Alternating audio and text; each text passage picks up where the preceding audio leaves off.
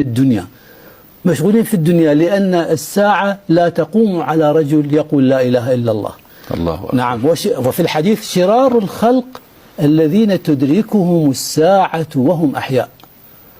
هؤلاء مشغولين في الدنيا وليس هنالك شيء يشغلهم أصلا، فإذا هم الخصومات فيما بينهم والانشغال على أكثر ما يكون، لأن ليس هنالك شاغل غير الدنيا. يعني يقول لك حتى يعني يضع الميزان ولا يرفعه، يرفع اللقمة فلا تصل إلى فيه. الله أكبر. في الحديث ثم تقوم الساعة. نعم. يعني يتبايعان فلا تتم صفقة البيع، يطويان الثوب أو ينشرانه فلا يطويانه.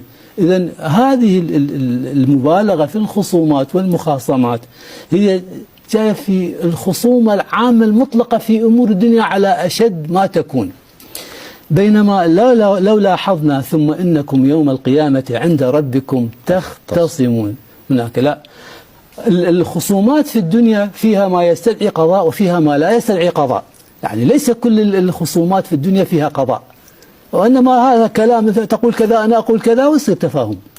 الخصومات في الدنيا عامة، منها ما يستدعي القضاء ومنها ما لا يستدعي، لكن الخصومات في الآخرة عند الله ما يستدعي القضاء والفصل. الله. ولذلك صارت المبالغة في بالدنيا عند قيام الساعة، المبالغة والكثرة في الخصومات.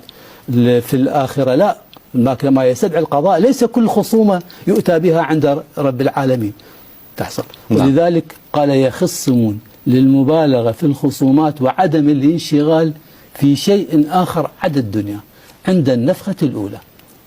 الله، فتح الله عليك، ما شاء الله. وهذا يفسر البعد الزمني الذي يكون في هذه الآية، وهو النفخة الأولى. الله أكبر، ما شاء الله. النفخة الأولى. هل كان العرب على أيام الرسول صلى الله عليه وسلم ساعة نزول الوحي يدركون كل هذه المعاني؟ يدركون أكثر من هذه المعاني.